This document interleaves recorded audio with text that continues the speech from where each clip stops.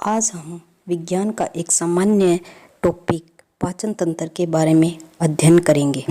जब हम भोजन ग्रहण करते हैं तो भोजन के साथ कुछ जटिल कार्बनिक यौगिक विद्यमान होते हैं। हमारे शरीर में इन जटिल कार्बनिक पदार्थों को सरल कार्बनिक पदार्थों में बदलना आवश्यक होता है। अर्थात पाचन वह प्रक्रिया है जिसके द्वारा जटिल कार्बनिक यौगिकों को सरल कार्बनिक यौगिकों में बदला जाता है। पाचन तंत्र। मनुष्य के पाचन तंत्र को अध्ययन की सुविधा के लिए दो भागों में बांटा जा सकता है। नंबर 1 आहार नाल, नंबर 2 उससे संबंधित पाचन ग्रंथियाँ। आहार नाल। मनुष्य की आहार नाल को भी कई भागों में बांटा जा सकता है, जैसे मुख गुहा, ग्रासनली, आमाशय और आंत। आंत को भी आगे दो भागों में क्षुद्रांतर और बृहदांतर के रूप में अलग अलग विभाजित किया जा सकता है। अब हम एक एक करके सभी भागों का अध्ययन करेंगे। सबसे पहले है मुख गुहा। मनुष्य का मुख एक दरार के समान होता है जो दोनों जबड़ों के बीच में स्थित एक गुहा में खुलता है, जिसे मुख गुहा कहा जाता है। मुख गुहा का जो ऊपरी भाग होता है उसे हम तालू कहते हैं। मुख गुहा के ऊपरी तथा निचली दोनों जबड़ों में दांतों की एक एक पंक्ति पाई जाती है। मनुष्य के दांत ग्रतदंती, द्विबारदंती तथा विषमदंती प्रकार के होते हैं। यदि ग्रतदंती का अर्थ देखें तो वे जबड़े की हड्डियों में धंसे रहते हैं, इसलिए इन्हें ग्रतदंती कहा जाता है। द्विबारदंती का अर्थ है कि ये जीवन में 2 बार उगते हैं तथा विषमदंती का अर्थ है कि ये एक से अधिक प्रकार के होते हैं। मनुष्य के 32 दांत पाए जाते हैं। जबड़े के आधे दांत दाईं ओर तथा आधे दांत बाईं ओर स्थित होते हैं। प्रत्येक ओर 2 कृंतक, 1 रद्नक, 2 अग्रचर्णक तथा 3 चर्णक दांत पाए जाते हैं। कृंतक सबसे आगे जो चपटे और धारदार होते हैं वो कहलाते हैं कृंतक दांत। ये भोजन को काटने का कार्य करते हैं।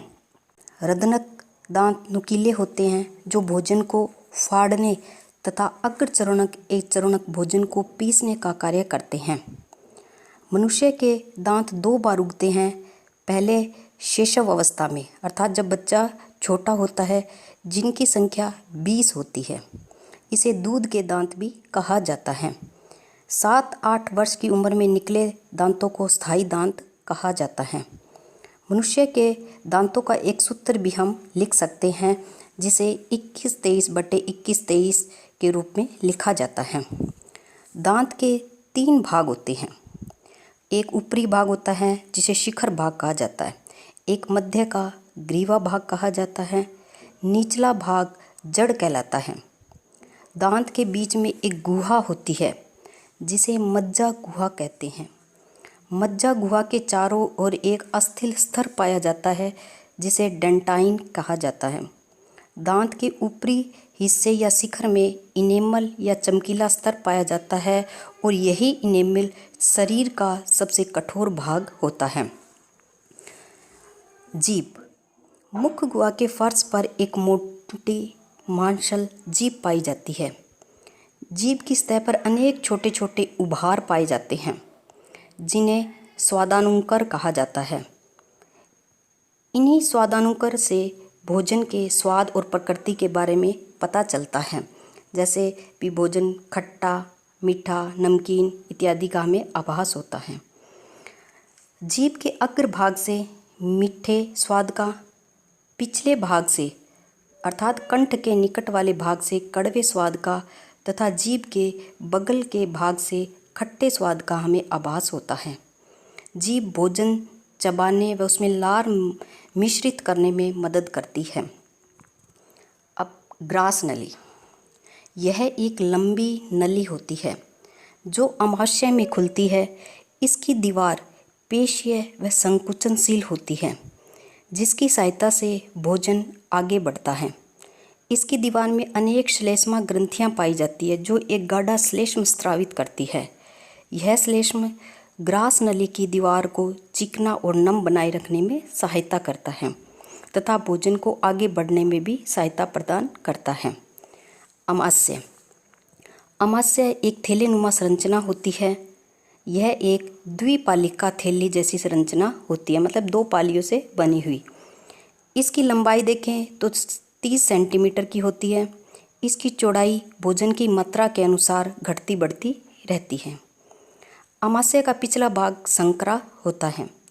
अमाशय की दीवार में अनेक ग्रंथियां पाई जाती हैं जिन्हें जठर ग्रंथियां कहा जाता है। ये ग्रंथियां अमाशय में एक जठर रस का स्रावन करती है। जठर रस पाचक रस होता है। इस रस में हाइड्रोक्लोरिक अम्ल के अतिरिक्त रेनिन और पेप्सिन एंजाइम भी पाए जाते हैं।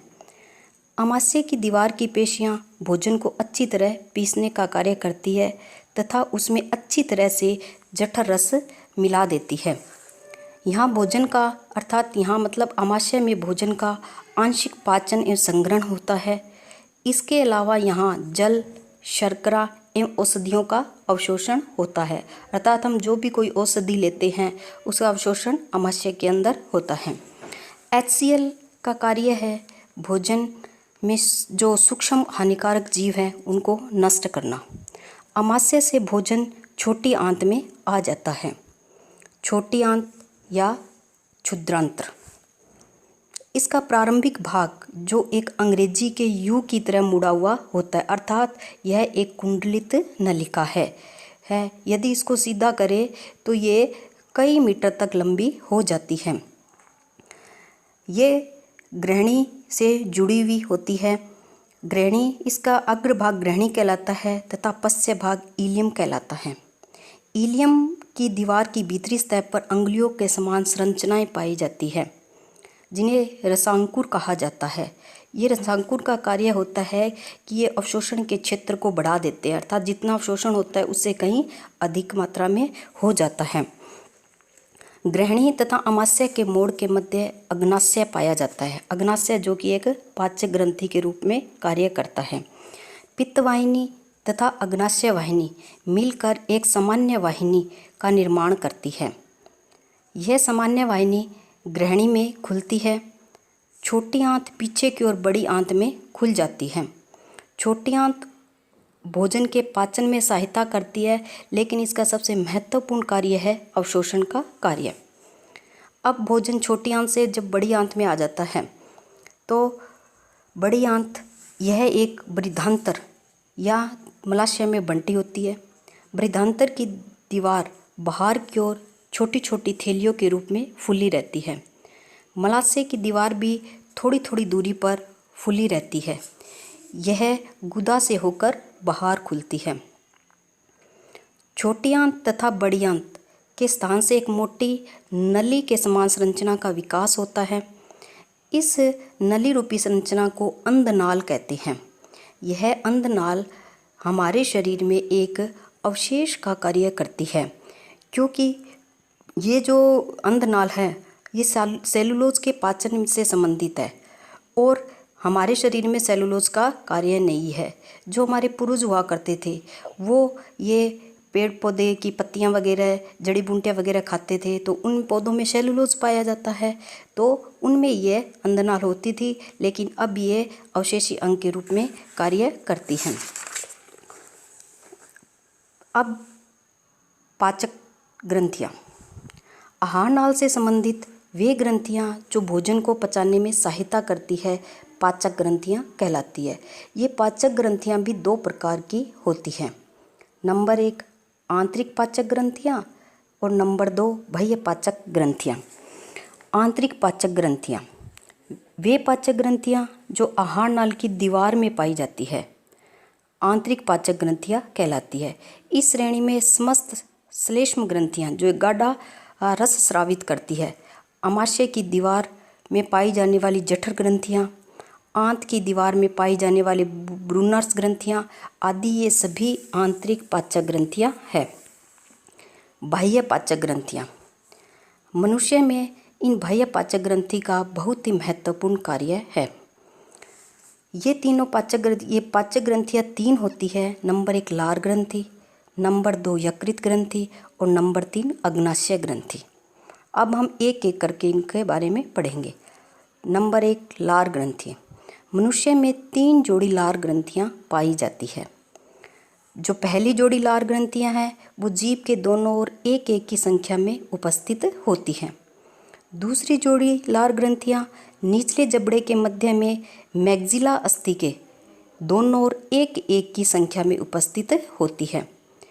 तीसरी जोड़ी लार ग्रंथियाँ कान के नीचे उपस्थित होती है। लार में जैसे हम कहें तो 99% जल तथा 1% एंजाइम होते हैं। इसमें जो महत्वपूर्ण एंजाइम है वो है टाइलिन एंजाइम, जो पाचन में सहायता करता है। यकृत। यकृत मानव शरीर की सबसे बड़ी ग्रंथि है, जो उदर गुहा में डायफ्राम के पीछे की ओर स्थित होती है। डायफ्राम एक पर्देनुमा संरचना होती है, इसके पीछे यह स्थित होती है। अमाशय के कुछ भाग को ये ढके रखती है। इसका वजन 1.5 से 2 किलो तक के बीच में होता है। इसके चारों ओर एक झिल्ली पाई जाती है जिसे पेरिटोनियम झिल्ली कहा जाता है। यकृत के द्वारा पित्त रस का स्रावण किया जाता है, ये इसका महत्वपूर्ण कार्य है, जो पित्ताशय में जमा होता रहता है। पित्त रस भोजन को अम्लीय से क्षारीय बनाता है। इसके अलावा भी यकृत के हमारे शरीर में कार्य हैं, जैसे यकृत हिपेरिन का स्रावण करती है। ये हिपेरिन का कार्य हमारे शरीर में अंदर रक्त को जमने से रोकने का कार्य करते हैं। यकृत फाइब्रिनोजन नामक प्रोटीन का निर्माण करती है, जो शरीर के बाहर रक्त के थक्का बनने में मदद करता है। जैसे हमारे कहीं चोट लग जाए और कुछ समय के बाद रक्त होता है वो अपने आप ही बंद हो जाता है तो वहाँ पे जहाँ चोट लगती है उसके चारों फाइब्रिनोजन नामक प्रोटीन का निर्माण हो जाता है, जिससे रक्त का थक्का बन जाता है और रक्त बंद हो जाता है। इसके अलावा यकृत विटामिन ए का संश्लेषण तथा विटामिन ए, सी और डी का संचयन या संग्रहण भी करती है। यह रक्त के ताप को भी नियंत्रण करने में सहायता करती है। इसके अलावा यूरिया के निर्माण की प्रक्रिया में यकृत अमोनिया को यूरिया में परिवर्तित करता है। अब तीसरे नंबर की जो ग्रंथि है वो है अग्नाशय ग्रंथि। यह मानव शरीर की दूसरी सबसे बड़ी ग्रंथि है। यह शरीर की एकमात्र ग्रंथि है जो अंतःस्रावी तथा बहिःस्रावी दोनों प्रकार की है। यह छोटी आंत के यू आकार वाले भाग में स्थित होती है। यह एसिनस नामक कोशिकाओं से बनी होता है, जो अग्नाशयी रस का स्रावण करती है, जिसमें कई एंजाइम भी उपस्थित होते हैं जो भोजन के पाचन में सहायता करते हैं। अग्नाशय की कोशिकाओं के बीच बीच में कुछ पीले रंग की कोशिकाओं के समूह पाए जाते हैं, जिन्हें लैगरहैंस के द्वीप कहते हैं। लैगरहैंस के बीटा कोशिका से इंसुलिन हार्मोन, अल्फा कोशिका से ग्लूकागोन हार्मोन तथा गामा कोशिका से सोमेटोस्टेरिन हार्मोन का निर्माण होता है। इंसुलिन रक्त में शर्करा की मात्रा को नियंत्रित करने में मदद करता है। इसके अल्प स्रावण तथा कम स्रावण से मधुमेह नामक रोग हो जाता है।